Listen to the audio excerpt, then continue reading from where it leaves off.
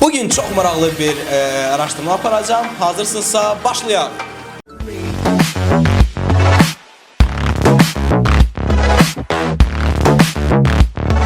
Salam dostlar, mən Murad. Bugün YouTube'da yeni videola qarşınızdayım. Bu günləri mən 3 dostuma WhatsApp'da mahnı sözləriyle yazacağım və bu onlar üçün görək necə təsir oyadacaq. Onların bundan heç bir xəbəri yoxdur. Hal-hazırda bəlkə də biri işlədir, bəlkə də biri yatıb, bilmirəm hal-hazırda nə edirlər və demək olar ki, bu dəqiqə saat 2-nin yarısıdır. Heç birinin məndən xəbərləri yoxdur. Birdən-birə mən onlara WhatsApp'da mahnı sözləriyle yazacağım. Hazırsınızsa başlayaq. Birinci Qafqazdan bir dənə dostum var, onu yazacağım. Hal-hazırda görürəm ki, online'dır. Bana öyle bakma, anlayacaklar. İkimize karşı bu dünya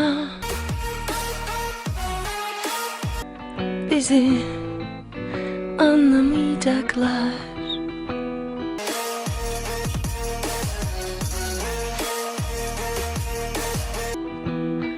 Bana öyle yaklaşma, bana öyle dokunma.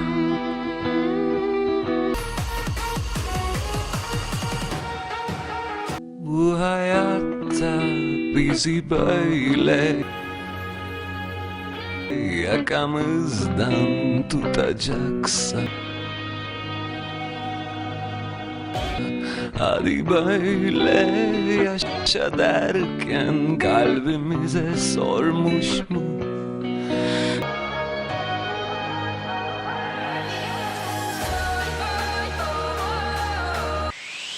Tohumlara işim düşün.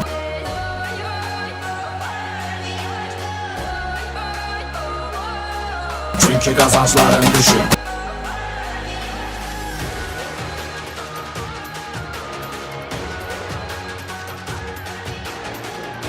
Komşuya artık örme.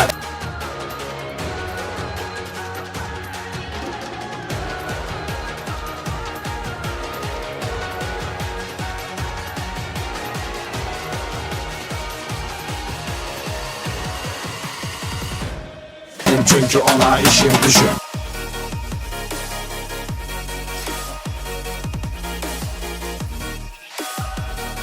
Gelir tersine, tersine, tersine. İşim gelir tersine, tersine, tersine. Hey! Bəli, dostum Zara və Anar müəllim mesajlara cavab yazdılar. Bilmirəm oradan.